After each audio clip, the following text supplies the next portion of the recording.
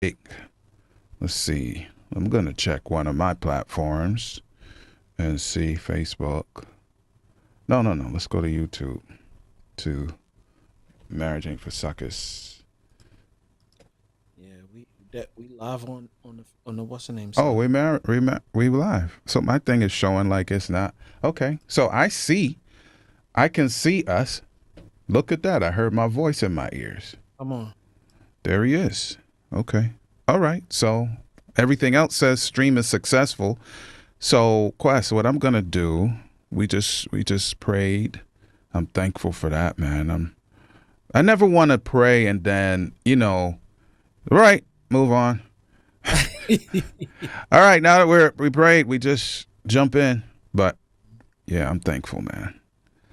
I'm thankful.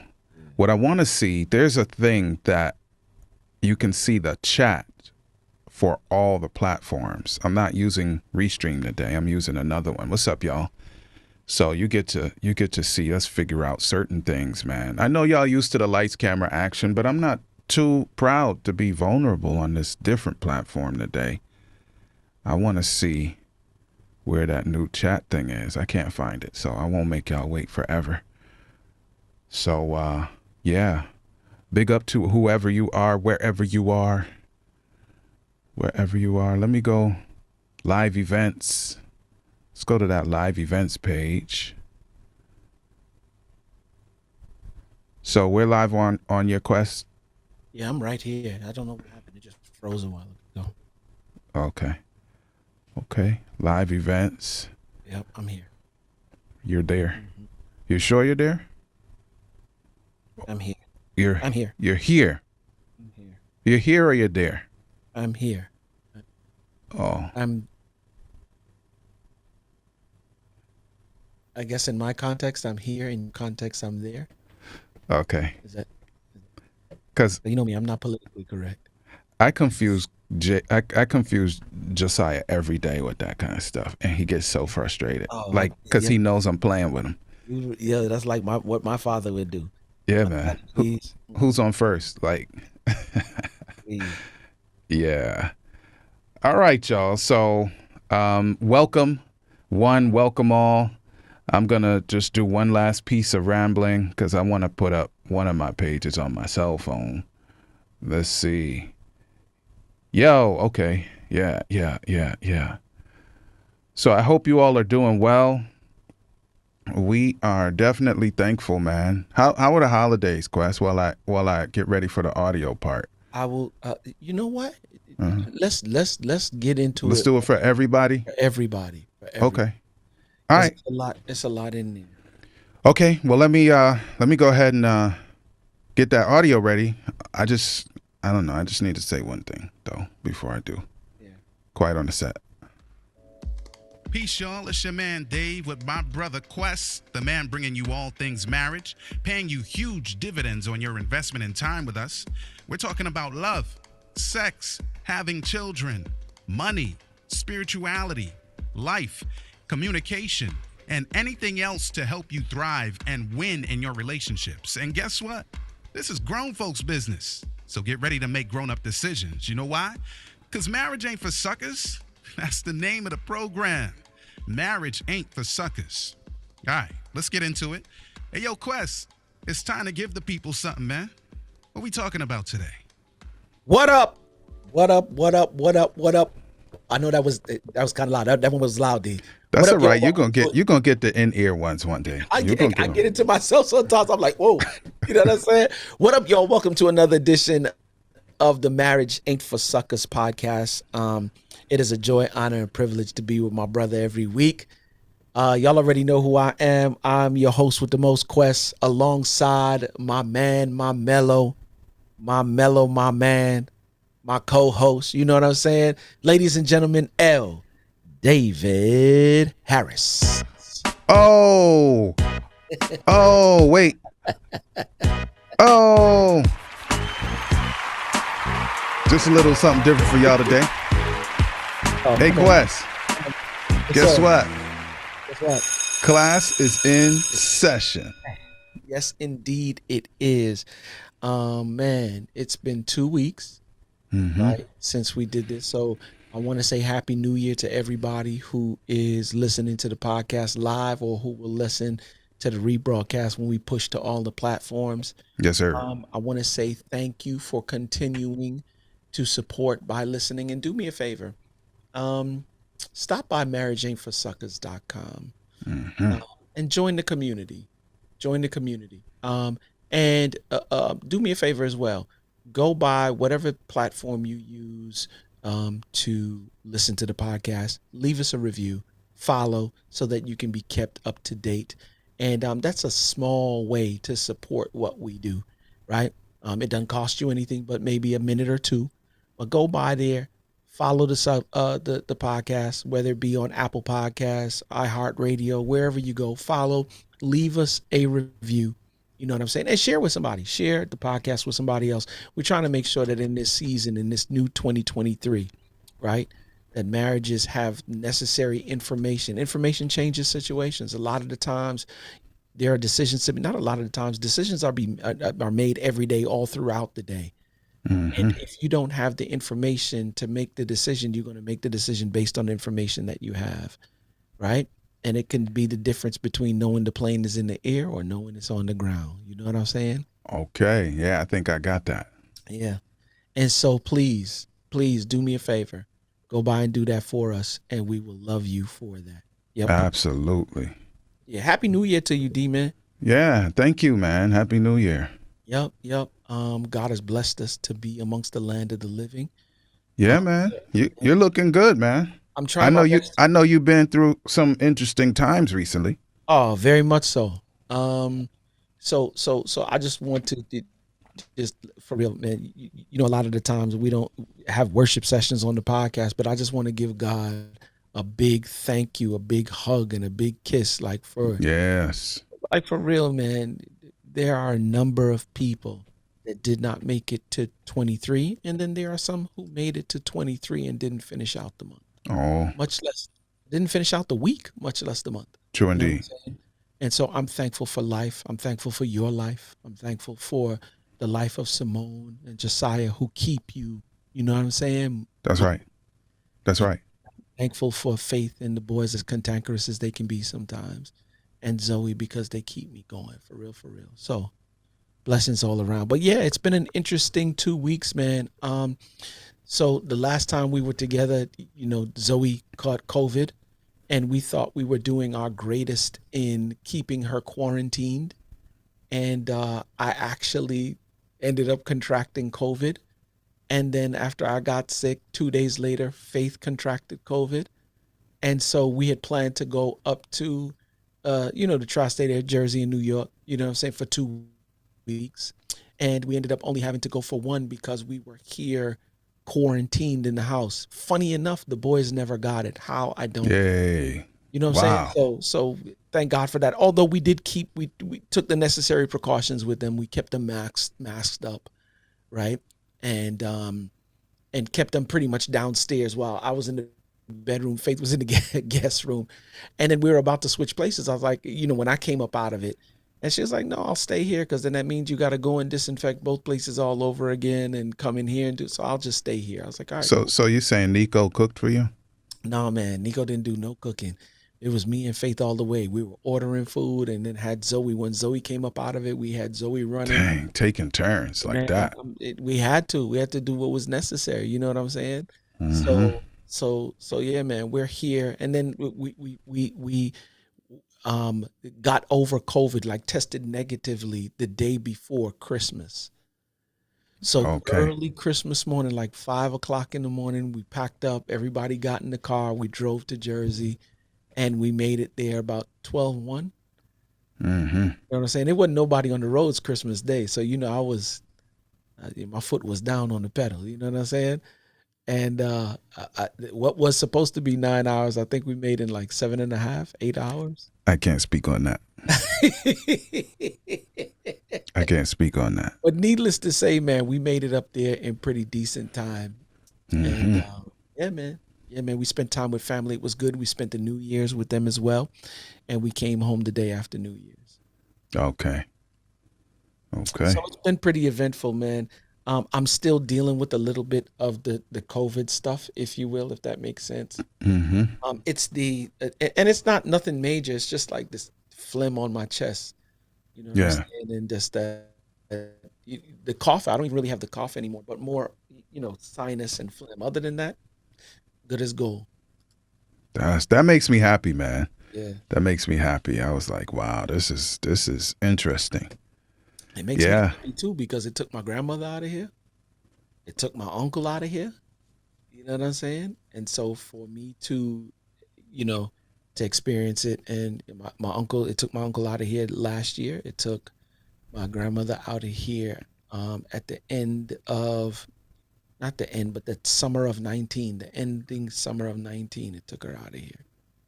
Bro, Simone's grandma is 96. One of her grandmas, they're 1 year apart, but the one who's in Jersey, she got COVID of like a month ago, I guess, and she got it again already. Yeah, so this thing ain't no joke. And it's still out here. It's still out here taking lives. Yep. So thankful to see you, man. Thankful that Keep the Faith is good, and the young queen Zoe is good, and those two young lions in the house. Oh man, lions indeed. Yeah. Lions indeed, brother. Mm-hmm. Jokers right there, boy. Oof. Yeah. Well, listen, let's get into it, man. We got some good stuff to talk about today. But I'm saying, like, you tell me what's on. I always got to find out what's good on the island. You know what I'm saying? Like, yeah, life is life. and I know you was gonna say life is life. Yeah, what we didn't do. I'm gonna start with what we didn't do. We normally go to the North Coast. I know you like that, even though you're a Yeraten dude. I don't know how that go, but okay. But I'm gonna be honest with you. My love is with the North Coast. I know this. And there's no diss. I mean, it is beautiful, right? Yeah. So we did not go to the North Coast for Boxing Day, which is the day after the 25th, like we normally would. But it was still sweet. We invested time in the city this time with family there. And then on Sunday, I connected with one of my brothers, Noel and Saint T, right? Saint Elizabeth, right? Yeah. So Simone and I did. So for those of you that don't know the map of Jamaica, to get from St. Catherine to St. Elizabeth, you go through Clarendon, up into the hills of Manchester, and depending on where in St. Elizabeth you are, you go down or across, right? Yes. Well, guess what Dave did? Because Dave has no fear, unfortunately. Dave found a road that shoots straight through Clarendon, doesn't go up in nobody's hills, and hits the coastline straight to St. Elizabeth. And you know what that means? That means hills and precipice, and that means scary stuff, but no hills and no idea. Like, we were on some movie road. Like, I'm talking about my SUV got scratched for 20 km because of Macabush on both sides. That's how it was. For 20 km. So you don't know if you're going to come out of there or if you're not going to come out of there. And Simone's like, how do I always end up in here with you with this kind of stuff? Like, for 20 some years, like, how does this happen? And I'm like, we good, like always, man. So if I had a drone, I would have threw the drone up and to see if we were going to get out. But listen, when we got to the clearing in St. Elizabeth, because listen, this is an abandoned road that's not a road for a whole long time. We were on that thing for 2 hours, bro, on a non-road for 2 hours, scraping both sides of the truck and the top. So what? I mean, like, it's a road they just don't use anymore. That's correct. That is correct. Big craters. There are a couple times that my other SUV, if we had that one, we would have probably had to turn back. But since I had the big boy, I was driving the big boy. You know, I locked the differential, bro. I already had it in 4-wheel drive, but I locked the differential on a couple of spots on that to get up out of there, man. It was good though. I mean, I ain't gonna front though. That kind of stuff really excites me to be able to, you know what I'm saying? Yeah, it's I see those big old tires you got on something over your house. Oh yeah, you already know. Like in the off-road, it is no joke. But like, you know, when you go, especially through Fern Gully, you know what I'm saying? Like, that's a old riverbed. I mean, we don't have to go that way no more because you know what I'm saying, Yeah. you got the highway that cuts right through El Diablo. Yeah. But man, to be able to, you know what I'm saying, take that and all the trees coming over, like, so that kind Yeah. of stuff excites me. I still, even though the highways there, I still want to take.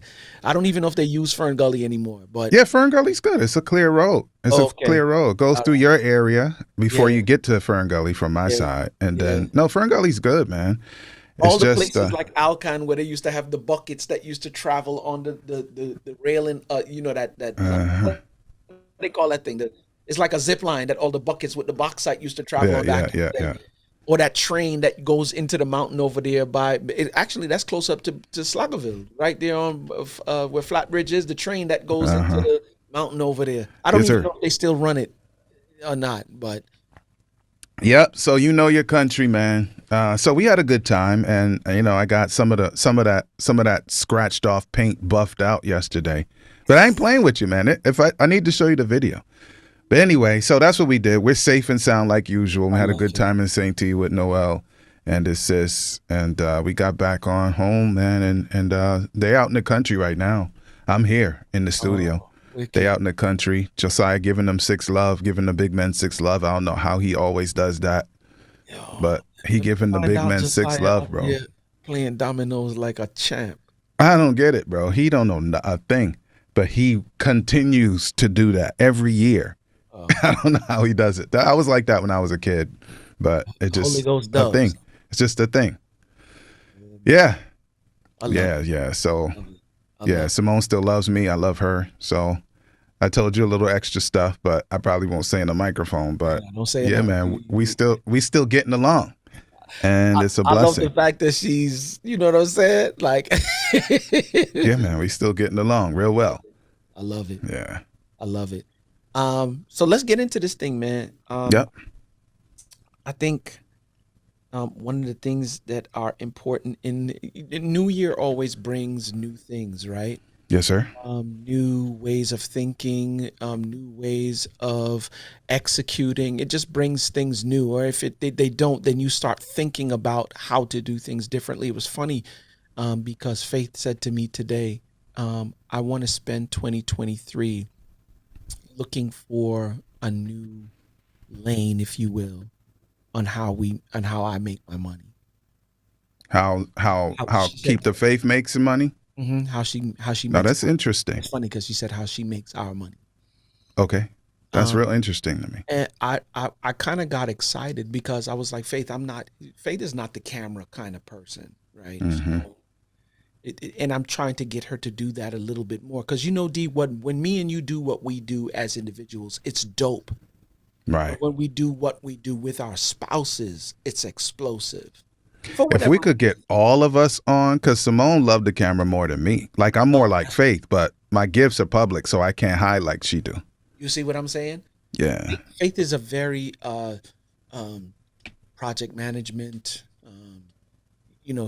rules and regulatory affairs. She's that kind of person where she does everything from the background and does a wonderful job doing it because of her detail. But I think in this season of life, God is calling her to something, and I just what I'm seeing. I could be wrong, but I think that God is calling her to something different in this season of life. But Faith ain't really interested in, you know what I'm saying? Yes, sir. And I'm finding this conversation to be like the segue into, we have names for our lives, we have names for ourselves, and we have a mindset that goes along with that name Mm-hmm. that we have for ourselves, right? Mm-hmm. And so I believe that in this season that God wants to, like, you know what the word says, his ways are not our ways and his thoughts are not our thoughts. I want to be good, not good. I want to be phenomenal at everything that I do. Why? Because God is phenomenal. Yes, sir. And I'm not saying that I'm trying to be like God, but I'm trying to be like God in the sense that, Lord, what are your ways? What are your thoughts? And let me fall in alignment with whatever your ways and your thoughts are, right? Because I realize that when we do that, not only are we in alignment, but we experience all the things that we want in terms of success because he said, I know the plans that I have towards you. Yeah, he promised it, man. So the devil wanted to be like God, but God wants us to be God-like. Oh, come on, bro. Like he wanted to replace God. Like he wanted to be an imitation supplanter of God. Like he wanted to like usurp God, dethrone God. Like, so that's not what we're talking about. But listen, if you look like daddy, man, that's the right thing.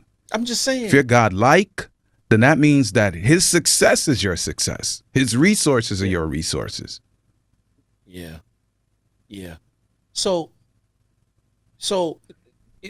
in that same vein, like we were talking earlier on before we got on the podcast, that, you know, when Malcolm went to jail, you know what I'm saying? When he had the transformation and he came out, his name was no longer Malcolm X. No. And his name was no longer Malcolm Little. He changed it to Malcolm X. Why? Because he was denouncing the old, you know what I'm saying? Whoever gave him the name, because it was not in alignment with what his history, or he, you know, was under the belief that he got the name Malcolm Little from, you know, slave masters that handed that name down. Same thing with the greatest boxer in the world, Cassius Clay. Yeah. He ended up changing his name to Muhammad Ali. And we sat there and, you know, as I was listening to E preach this sermon this weekend and talking about changing your name, what is the name that our marriage has or was given to us? You know what I'm saying? And how can we change it such that it's in alignment with what God has in store for us? See, that's real sweet to me, because I've seen, unfortunately, generations of failed marriage relationships. And I can't say it another way to make nobody who's listening feel better. Yeah.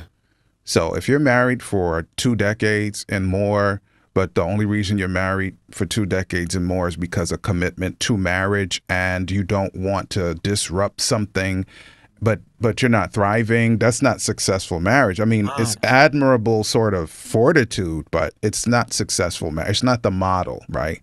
So I've seen that in my family unit. Like, my parents were together for 23 years. I'm coming up on 22 years, but they were not happy.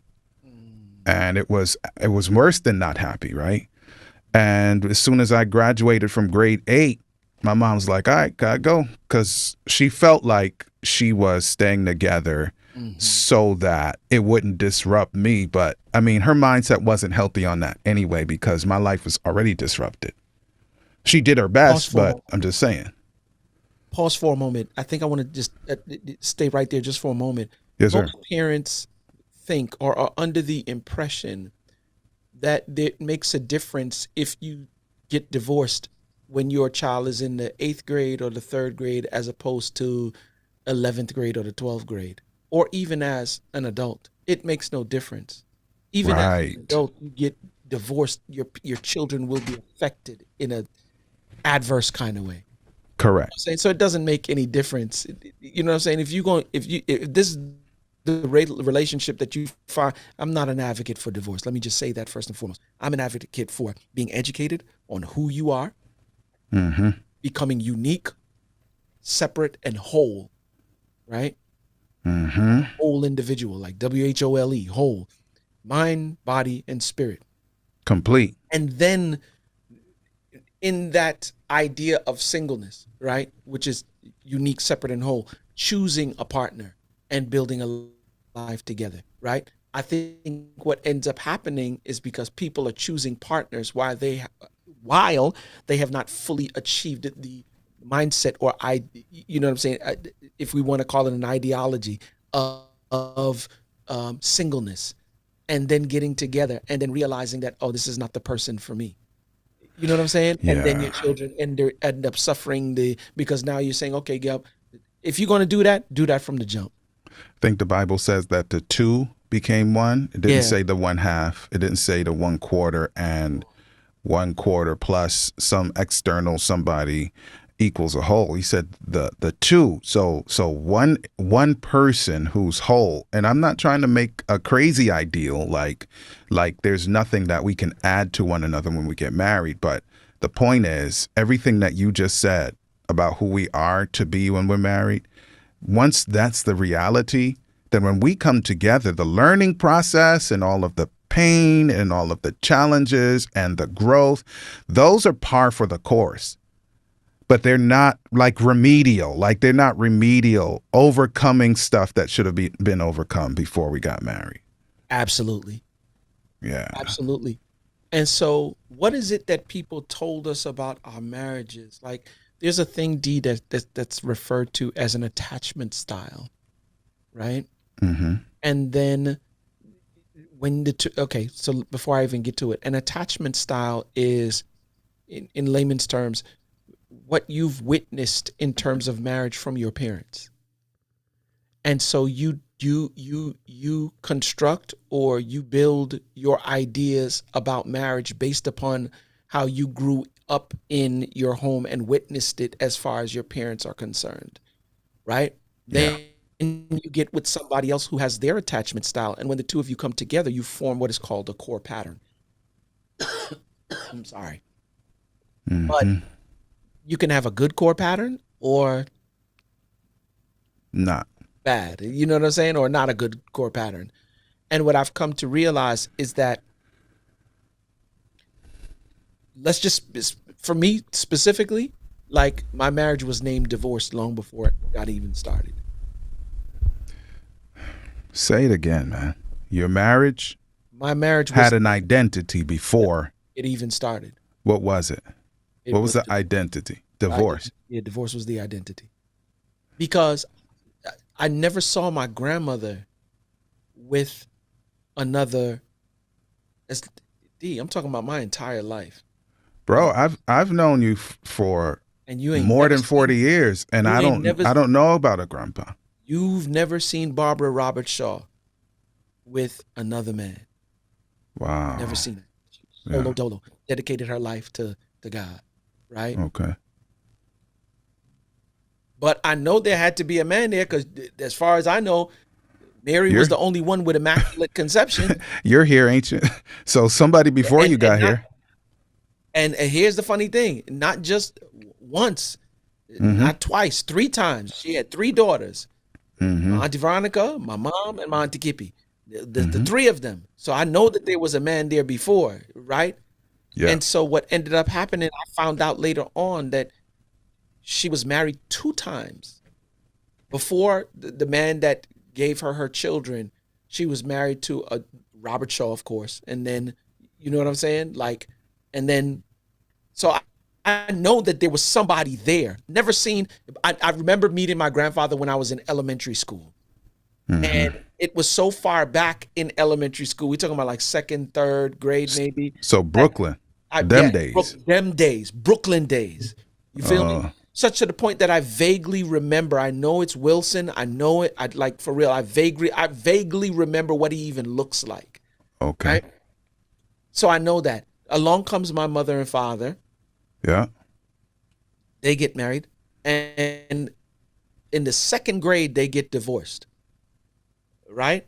And that led me to coming back to New York and growing up in a home with 5 women where I'm the only male.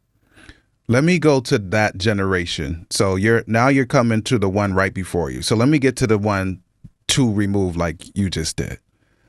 I put in a slide yesterday. I did a presentation at Willardine Group of Schools for teachers and principals. Yeah. Right. And I was talking about where I came from. And on my mom's side, my grandfather, right, he in the 30s and before, he was a big time evangelist, big time pastor, right?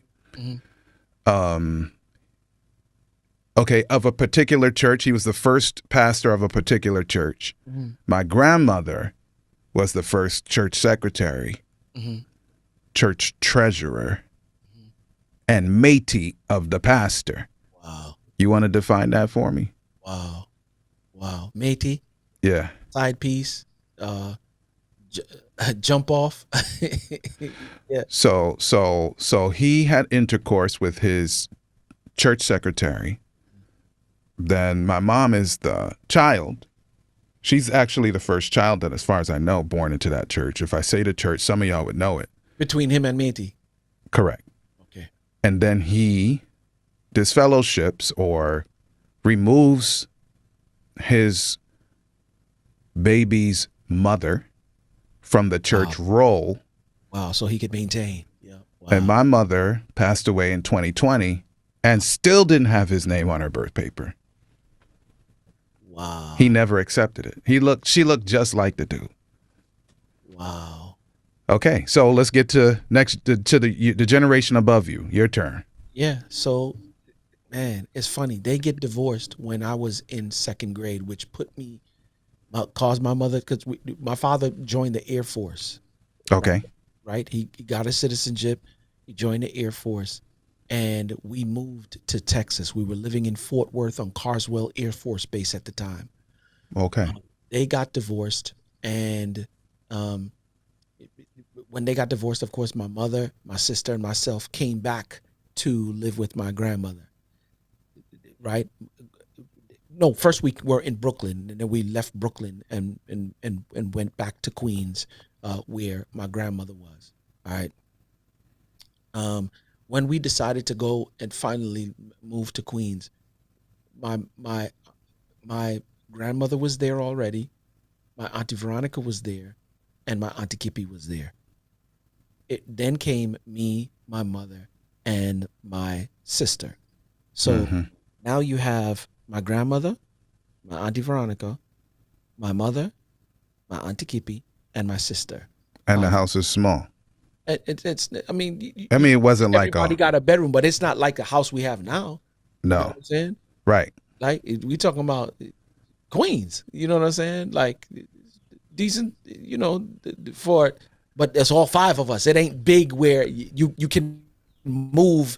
I mean, you have your space, but you can't move and nobody don't know that you move. That's right. You know what I'm saying? Flush the toilet, they'll hear it. Oh, everybody. Be in the kitchen cooking, everybody knows. Hearing. So it's a close-knit space. The only time, because I remember the house. Yes. The only time you can barely get away is when you're in your room and the door is closed. Gotcha. That's all right, the only way you can get away from anything. And even then, you know what I'm saying? And just think about what it is for a male to grow up in a home with five women who have either been burned by relationship or are moving from one relationship to the next. You know what I'm saying? Like, yes, sir. Yeah, my grandmother who's already experienced it. My mom is in there. You know what I'm saying? And there's some dynamics where I felt like, looking back now, I paid the price for some stuff that men did because I was the only male in the... That's right. That's right. Mindset determines sometimes, or experience sometimes determines how people behave toward one another. So imagine that dynamic moving through life and then watching my mom get remarried at... I remember after my after my sophomore year of high school. Oh, that's why I missed it, because I left New York after we were sophomores. I was gone. Yes. So imagine after my second year, I went to go visit my father for the summer, and coming back. And all of these things are affecting the decision making, affecting the mindset, affecting a number of different things. Imagine coming back only to find out I'm not going back to my grandmother's house, but I'm going to Jersey. Oh yeah, I missed all of that because they moved. Okay. Remember, I was going to school in Jersey. That's how I met Faith. But see, I went to Pennsylvania at that time, so I missed it. Yep. So imagine all of those different things. So what am I saying? I'm saying that the decisions that were made and the experience that I had pretty much named who I was going to be in relationship on a serious level long before it ever took place. Now, that's interesting. All right, so let's go on mine. So my mom marries an Air Force dude who becomes a pastor. And he was good at what he did at work, but not good at family. I'll just keep that as simple as I can keep it. Sidebar, there's a lot of dudes who claiming that right now. Yeah. And claiming it like it's a badge. Like I'm dope as an officer in the military or whatever it is on my job, or I'm executive, but I'm not dope at... Don't say that no more, please. Yeah, don't do that. Unless you're saying that you're recovering from that problem. That's a whole nother story. Yeah. So, life at home was not nice. I was on the road at probably about 8, 9, what we called in New York latchkey kids. So up to grade 2, I remember going to someone's house after school when I was at Linden, Jamaica school. And then we moved to what was just Linden School, by Linden School. So I guess that's grade 3. So that's 8 years of age. So I was 8, and it was just me, right? My big sister's bigger than me. She's older than me. So when I would come home from school, she's into boys and all that by now. So, yeah. So I'm by myself, man. So whatever the hood, the community, and everything else had to offer, the black and white TV, all of that had to offer, and it wasn't nice. And then when the parents did get together, it was war all the time, man. It felt like it was all the time. And when we did go to church, we did go to church. I shouldn't say when we did. We went to church, and I used to hear all this wonderful stuff if we happened to be there with my dad. And I hear this wonderful stuff about who he was as an individual. Yeah, when with the microphone, like you hear I'm on the microphone right now and now, Yes. And they announce him, and he's coming to do what he does, and he does well. And they talk about him, and I'm like, wow, I kind of wish that dude lived in my house. Like, that would be great. So fast forward now, they got divorced when I was 13 after 23 years of them being married. So put that where that is. Now, fast forward, I get baptized when I'm 23. And then my gifts are very similar. Now I have a more mature mindset, and I'm seeing that I'm basically him. I have his DNA. Hello. And then I become this public guy, same like him. And I'm hearing a lot of the same stuff coming across the microphone when it's like, and now, right? Make way for this dude that's going to go up and do something in front of the people. And I remember checking with Simone. We've been married for 21 years, for those who don't know.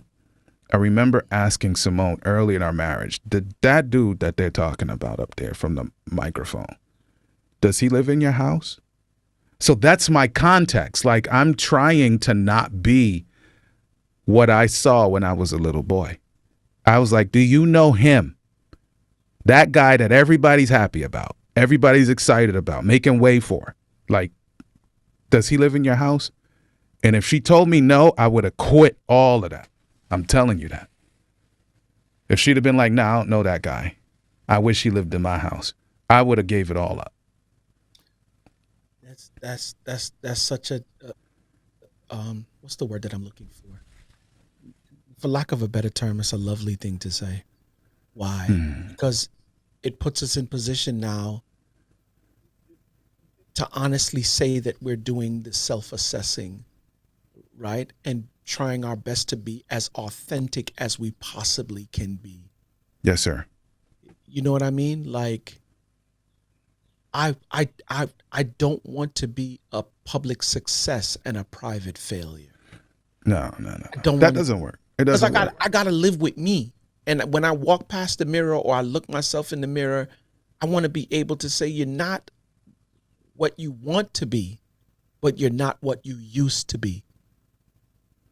And yes, I want to be able to, and the one person, you know what I'm saying, D? The one person who can really tell you that is your spouse. Can you imagine? The one person. That's why I'm always in this season of my life. Like, I always run things by faith and have conversations with faith. Keep the faith. I want to be able to say, especially in your circumstance, because I'm in front of the people all the time. The person that you see and the person that I am at home, are they the same person? Now, she has a lot to say to me about who I am as a father, because she's like, your relationship with me is good. But sometimes, but it's not. But pause before you get to that. It's not whatever you're about to say is not inauthentic, though. Yes. It is not unholy, and it is not inauthentic. Mm-hmm. So I just want to say that before you get to that point where you go. No. I was just saying that she has the autonomy Mm-hmm. And she has the authority and the freedom to say what she needs to say. Number one, because I've given her that. Once again, we started this whole thing off by saying, what name did we have, or what name did our marriage have, and what's the new name that we're giving our marriage, right? And by giving her the autonomy, by giving her the authority, by giving her the freedom to be able to give me quote unquote lemon squeezes, right? Is me saying that I want to give my marriage a new name, or names, if you will. And as we were talking in the beginning, the names that I want to give my marriage are also the pillars of my company: love, lifestyle, and legacy.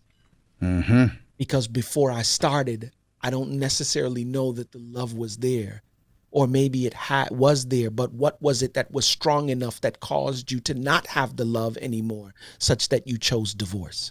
Yeah. Because once that happens, along goes the lifestyle and the legacy right down with it. So for those who don't know, you have had a marriage before. I have. And I keep saying keep the faith for those who don't know. That's what I say when he talks about Faith, his wife. But there was a time that you were married younger. Yeah. And it didn't work out. No. 2 years to be exact. So you were married for 2 years. 2003, divorced in 2005. Okay. But what you were saying, though, is that marriage was already slated. Oh. Not that it couldn't have worked, but the way that it was reading, you already know, like, that wasn't going to work out. Wasn't going to work out. I think one of the things that really allow us to make it work now is, well, what didn't make it work before is that we were very much who we were. Locked in. And we were unapologetically selfish. Mm-hmm. Not realizing how detrimental that is to the relationship. Yeah. But I've saw bits and pieces of it before, where even when I was a child and dealing with my sister, my mother and my sister and her sisters dealing with one another, and even when it came to my grandmother, sometimes when the 4 women were together, like for real, I would watch them say any old kind of thing to one another, do certain things, and then, you know what I'm saying? People hurt, nobody ain't coming back and apologizing, and you know what I'm saying? What do you think is going to be the end result when you grow up in that kind of dynamic? You know what I'm saying? And so I'm of course I'm much older, so I can't blame that anymore. I can't blame my moves on that anymore. I'm grown. I can make my own decisions. I realize now that stuff was not in alignment with what you want when you think of, let's just not say relationship. Let's just go all the way and say marriage. That stuff is not in alignment with what you know marriage to be. That's right. I have a cousin who's an elder to Lisa and me. And by the way, Auntie Rosalie's on, so she remembers some of our life from way back, right? Mm-hmm. But I have an older cousin. Mm-hmm. So I'm 50 this year. Mm-hmm. Lisa's 7 years older than me, so we have a bigger cousin to us. And let me just, yeah, that's for the 2 of us. Yeah. So we have a bigger cousin to us. And there was a time when my cousin, who loves me so much, a woman, loves me so much, was really like coming hard, because she's super pilot, right? Coming hard to build relationship with me. And no diss to that. That was positive, right? But listen, it was early in my marriage. And to make a long story short, like, she would say more to me because she was more talkative, more legacy building, moving forward and that kind of a thing. And my responses, she didn't really think were enough. Yeah. So she would come and pour, and then I would drip. Well, part of it because of how I'm wired, but the other part was what I told her. I was like, listen, called her name, and I said, listen, it's no diss. Like, of course I love you and appreciate you, but could you just do me a favor? I'm cutting some of the stuff out. Can you do me a favor? Can you show me one successful marriage in my family on either side, please? Can you show me one? Please? Wow. And when you do not, then you'll understand that my energy is hyper focused. Yeah. And people may not understand that. And I'm not trying to get other people to understand. Of course, my big cuz, I wanted her to, because we were in this love discussion, right? But for me, especially early, I had one focus, and that was Simone. Yeah. We didn't even have a child till 10 years later. One focus. And I'm like, this got to work. Yeah. It has to work. This has to be the one that worked. Has to. Please. And Lord bless us, man. I'm thankful. Yeah. I'm thankful. Once again, D, it's what happens when you let God choose your name Hmm. and you not choose your name. Here's how I know. I just want to speak to what you said just now. This has to work. Mm-hmm. When I started dating Faith again, right, because I've known her since high school. Mm-hmm. When I started Wasn't she dating- like your sister's friend, Yeah, she if was. I remember? Yeah, she was Tifa's best. It was four of them that used to roll together. Mm-hmm. Shannon, Maria, Faith, and my sister. And Faith was at my house like damn near almost every weekend, right? Mm. And one of the things that happened, D, when we started dating, is that I was fully aware. It was 7 years before I was getting 6 or 7 years roughly before I was just getting a whole bunch of crap out of my system, right? And just like, as you say, being hyper focused. I'm a dude. I have to be married. If I ain't married, that ain't not for my kind. I don't know how Paul did it. You know what I'm saying? The apostle. I don't know. No, how Paul wasn't like us. Nah, I he know wasn't. that. I know he wasn't like us, but like for real, when he talks about, you know what I'm saying, dedicating his life, like, I am, and I feel like I'm still on that journey now, dedicating all the nooks and crannies. But for me to wander through this life with all these women running around and coming from where I come from, and not, I'm like, okay, God, I know I got to do this again, but I don't want to do this again if you're not doing it. And I used to pray, When you say do this again, you mean what? marriage. Marriage. Be married. Okay. Right? I know I have to do marriage again. I do. Mhm. But it took me 6 or 7 years to finally come to grips with, okay, I can do it now. You know what I'm saying? Yeah. When faith came along, my prayer was like, God, you know what I went through? You were there. You knew it was going to happen long before it happened. Mm-hmm. Now I'm here and I'm dating. And if she ain't the one, let me do something to tick her off, or let her do something to tick me off, such that it's enough where we go our separate ways. But I do not want to move in a direction that you are not, let me not say that is not in alignment with your plans for my life. Listen, you got greenhouse rules sitting there, man. If the Lord doesn't build the house, those who build it in vain. Vain. So I get it. And some people are like, oh, you don't need to be afraid. Like, you don't need to. I think it's besides the point. Like, if you go into a situation with blinders on, Oh, bro. that's your fault. So they say, and I can't see, and we're talking about something serious, and now I'm thinking about former President Bush too. He said, if you fool me once, sorry, I can't say the thing. I wanted to say it right, but if I say it, I'm gonna laugh because he messed it up. But what he was trying to say was, if you fool me once, Shame on me. shame on you. Oh, yep. Shame on you. If you fool me twice, shame on If you me. if you fool me twice, shame on me. Mm. So if I go into a situation, any situation, with either your experience at the forefront of my mind or my experience, which wasn't positive, on the forefront of my mind, and then I run headlong into something negative or dysfunctional without recognizing, like inspiration says, that we have no fear for the future, except we forget how God has brought us in the past. But you can make an adaptation to it to say we have no fear for the future, except we forget what went wrong. If you forget that you ran your vehicle into a tree when you were drunk, when you were driving, a year ago and you start drinking and getting behind the wheel again, shame on you. Shame on you. You see? So it's not a matter of fear. It's not make sure they paying attention.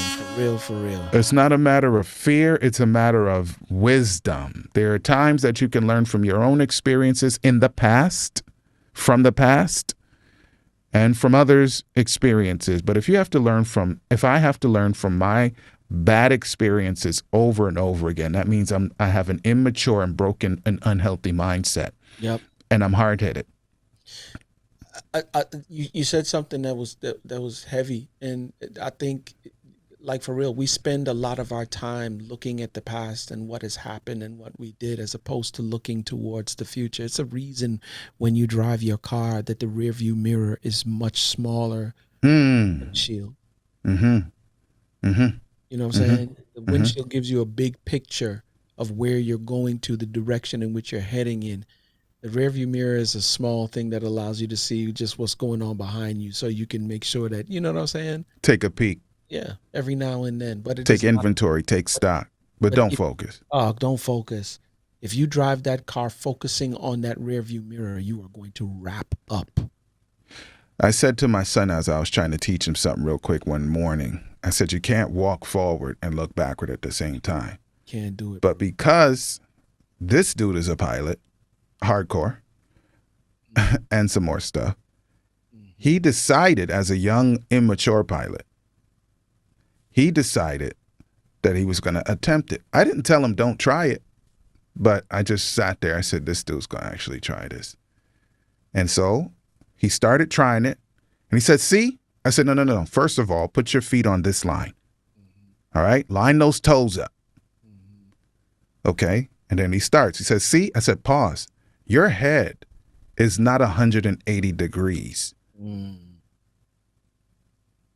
opposite of the direction you're walking. Yep. You're looking over your shoulder. You're looking sideways, and you're still stumbling. I need you to turn your head 180 degrees. He said, that's not possible. I said, I think that's what I just said, Josiah. I think I just said that. And he said, oh, but that's not fair. I said, Josiah, I was teaching you something, but you decided that your daddy with all this gray hair knows nothing about what he's talking about. And you wanted to test it, which is fine. You can test it unless there's some eternal or massive import to what I'm saying to you. Come on. But now you know that it's impossible. And don't say it's not fair. I warned you. How many times has that happened to me as a grown man? How many times have I been warned by experiences, by God, by somebody else's experiences, and I still try it? Come on. Because me not in a sense. You see? And so if marriage is the context, and it is, then marriage is like foundational to community, if the marriages exist. Let's say you're in a community where there are no marriages because marriage isn't a thing. I can't speak on that. That's too complicated for me. But where marriage is a status quo, like it is a standard, like where those are not successful, then the community is limited.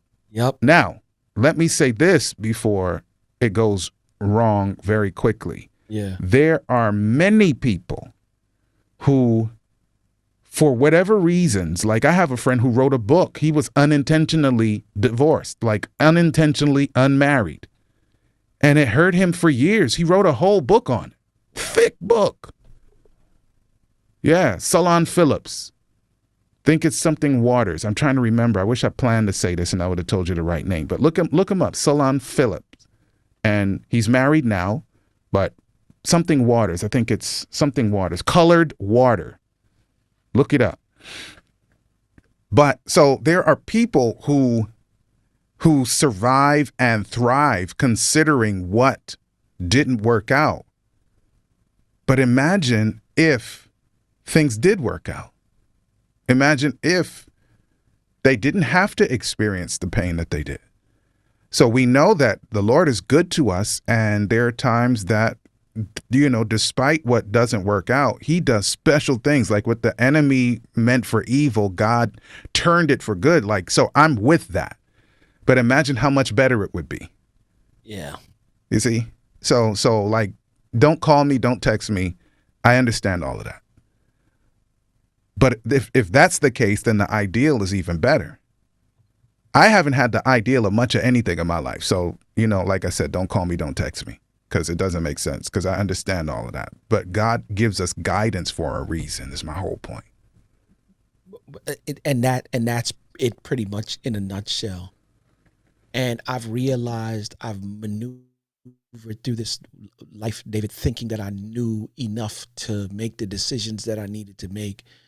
And now I understand what Solomon was saying when he said a wise man knows that he knows nothing at all.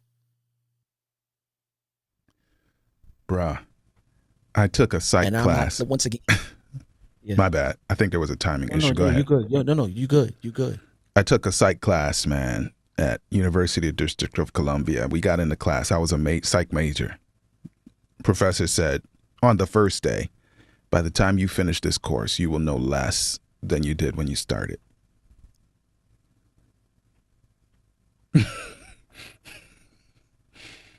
You're talking about mindset, bro. What a thing to say. Yeah. You know what I'm saying? Uh-huh. What a thing to say. It's kind of like when I start doing premarital coaching with couples and I tell them everything that you think you know about marriage, just release it right now. Please. Just release it. Because you think that you have to know something, and it's not until you get bust up your head a couple of times that you realize that, it's what we build together with Christ at the helm. And it has nothing to do with our knowledge of relationship or, Lord have mercy. Yeah. My friend used to say, because we did teaching together, he would say, and I don't mean academic teaching, I mean like principle-based teaching. He would say, what we don't want is to be the sage on the stage. Look up the word sage, S-A-G-E. And I'm not talking about the herb. The definition of the word sage? Yeah, look it up one day.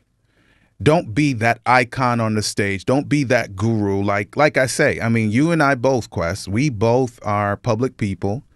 I'm on hundreds of radio stations, real radio stations, and a whole bunch of internet stuff at the same time every single day of my life.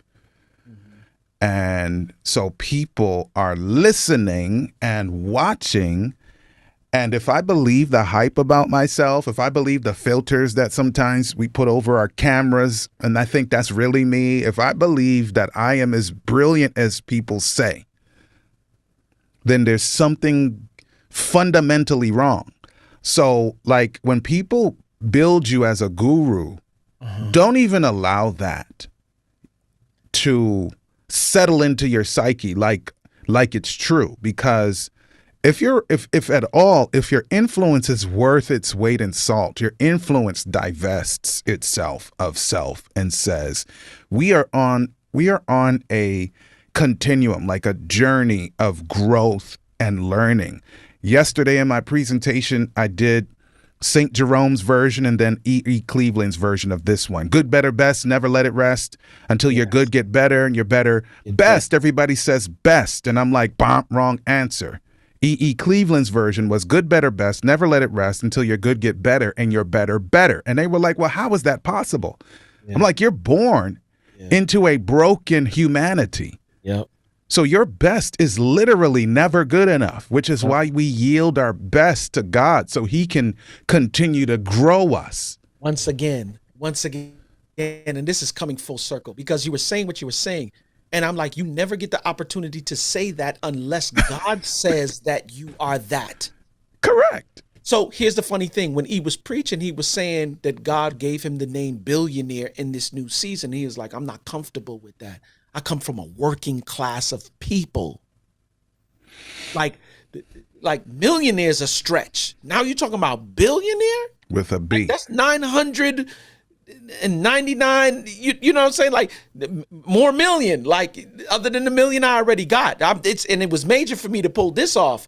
Now you telling me that? So imagine if I took that name on without him telling me to take that name on. You mean if you assume it? Ah, there you go. Rather than the Lord assigning. Like Jay Moore, you remember him? You know him? I don't remember if you know him. So Jay's my man. Jay said, for the visionaries out there, he was like, you're not no visionary. And I was like, wow, I'm not a visionary, so it didn't bother me one bit, right? Because, even in the vernacular, like that's not my style. Right. But he said, for the visionaries out there, you're not a visionary. What you are, if you're successful at what people call being a visionary, is you're good at taking instruction from God. He says, turn left. And you pause and turn left. And then you just stay on that path until he says, turn right. And then you turn right.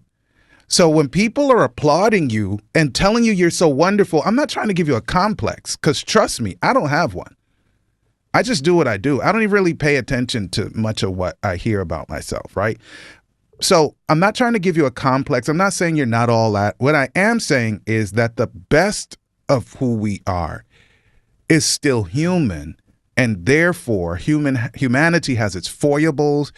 There is always, like the dude that God said was holy, he was perfect, there was nobody like him. He was a billionaire with a bequest, and he made only good decisions from the point that the story picks up. And guess what? He was broke and almost fully familyless in one day. One day. He didn't say nothing dumb on the internet. He didn't make any bad investments. He did not align himself with a bad currency in the crypto space. Like, he didn't buy a social media platform and run it in the ground. Like, he didn't do any of that. And he was broke and sick and left with one spouse who wasn't so helpful in 1 or 2 days. One day. Can you imagine? So our best is to yield it to God, and then we're good to go, man.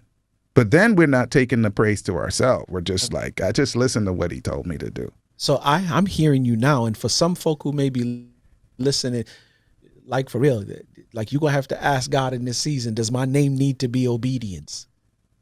Oh. You know what I'm saying? Like, for real, you've experienced what you've experienced because you've done what you wanted to do. You took the name that you wanted to take on, and you didn't create you. You didn't give you life. You know what I'm saying? It's like this iPhone saying that I'm going to call myself iPhone, or I'm going whatever. You know what I'm saying? It's artificial intelligence. Quest.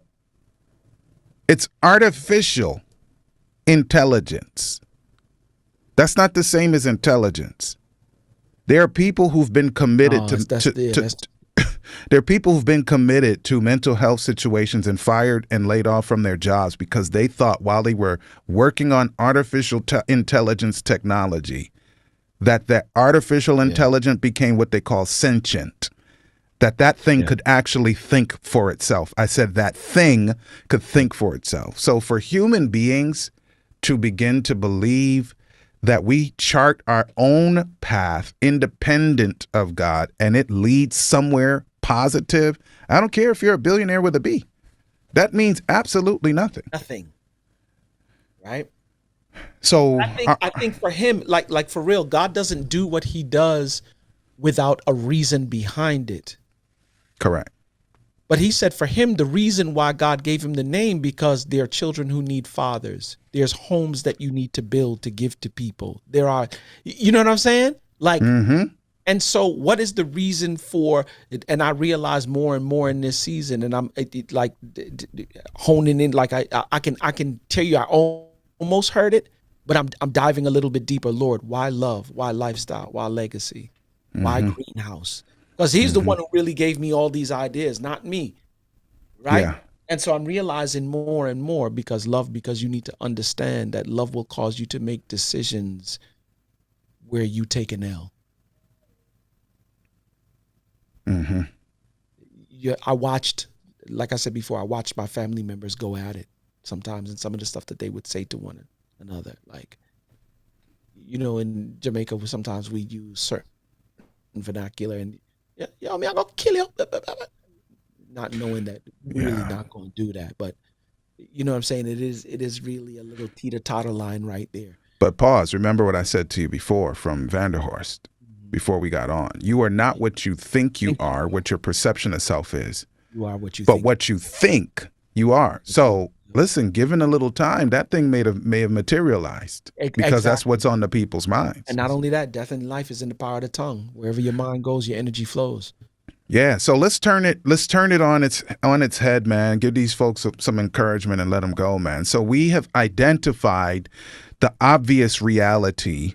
And I hope it's obvious to you. Like, I'm saying it to you because you're listening, you're watching. I don't want you to burn your energy trying to walk forward and look backwards like my little guy did. Like, so we're just going to give you a gimme. The gimme is we are imperfect on our own, I'm saying. Absolutely. And our best is not good enough, but that is not to give us a complex. That is to say that we as humans give all that we can give and wonderful, but it's still lacking. Therefore, see, I'm not going to leave you hanging right there. Yeah. Therefore, in our marriages, in our mindset, if we have children, in our parenting, in our community, in what we do at our workplace or in our businesses, if we yield all of whatever we are to God, Yeah. and then our marriages thrive, then we win. So one of our guys, I was trying to do a contract with him to do a team building coaching thing in Miami. And he said, first, before you build my team, I need you to build my first team. I was like, what's your first team? He said, my marriage. Yep. Come on. Bro, this is what he said to me. He's dialed in. So yeah, give us some hope right here, man. And let's let the people get out of here, man. I mean, I don't know that there's much that I can say to you. You pretty much said it all.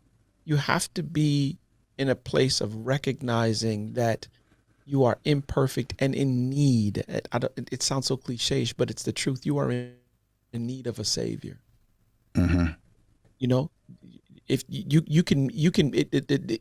One of the things he used to beat in my head from day one is that information changes situations. Do me a favor. Hook up with God and allow him to download the information necessary and make the decisions that you need to make in this season, specifically within the space of your marriage, because it's never only about you, the couple. It's about everybody else who witnesses you first at home. Like you said, if you have children, and then everybody else on the outside. You know what I'm going to say? From shaky to good, from good to great. Ultimately, what we want is phenomenal marriages. But as we've been discussing this today, phenomenal marriages don't just happen. It takes work. And a work that is produced by an effort, consistent effort. So let's do that. Work. And we all can win. Word up. All right, y'all. Stay There focused. you have it, y'all. I hope you've enjoyed your time with us. Marriage is about mutual love and mutual respect, and it works for those willing to make it work. Real talk, our spouses are treasured jewels given to us to make life better. And the sooner we learn to value one another will be the sooner we become the absolute best versions of ourselves we can be. Until next time,